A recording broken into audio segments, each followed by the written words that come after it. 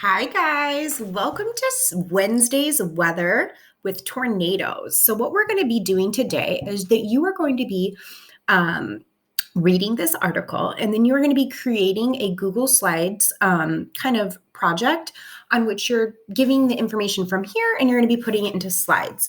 Please make sure that when you're doing that, you're putting it in your own words.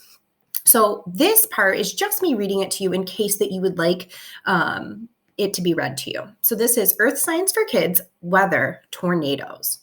Tornadoes are one of the most violent and powerful types of weather. They consist of a very fast rotating column of air that usually forms a funnel shape. They can be very dangerous as their high-speed winds can break apart buildings, knock down trees, and even toss cars into the air. So how do tornadoes form? When we talk about tornadoes, we're usually talking about large tornadoes that occur during thunderstorms. These type of tornadoes form from very tall thunderstorm clouds called cumulonimbus clouds. However, it takes more than just a thunderstorm to cause a tornado. Other conditions must occur for a tornado to form. Here are the steps for where the formation of a tornado usually occur. Number 1, a large thunderstorm occurs in a cumulonimbus cloud. 2, a change in wind direction and wind speed at high altitudes causes the air to swirl horizontally. 3, rising air from the ground pushes up the swirling air and tips it over. The funnel of swirling air begins to suck up more warm air from the ground, and the funnel grows longer and stretches towards the ground. When the funnel reaches the bottom and touches the ground, that is when it becomes a tornado. So there are about 5 different characteristics of a tornado. We've got the shape. Tornadoes usually look like a narrow funnel reaching from the clouds down to the ground. Some giant ones look more like wedge-shaped, okay? Size. Tornadoes can vary widely in size. A typical tornado in the United States is around 500 feet across, but they can be as narrow as just a few feet across or as wide as 2 miles. Wind speed. The wind speed of a tornado can vary from 65 to 250 miles per hour. Color. Tornadoes may appear different colors depending on local environment.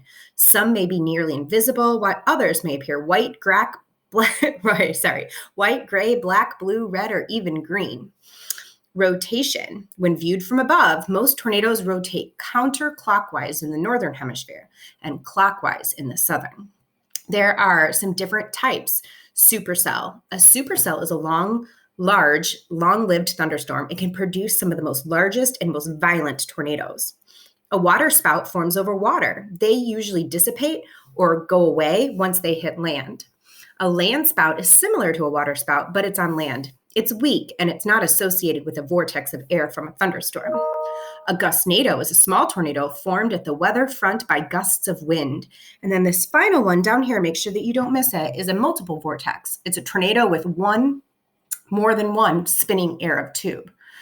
So they divide the different categories based on wind speed and how violent they are. You'll notice that there are different categories, 0, 1, 2, 3, 4, and 5, based on the wind speed. So a F0 is 65 to 85, and F1 is 86 to 110 miles per hour. F2 is a 111 to 135.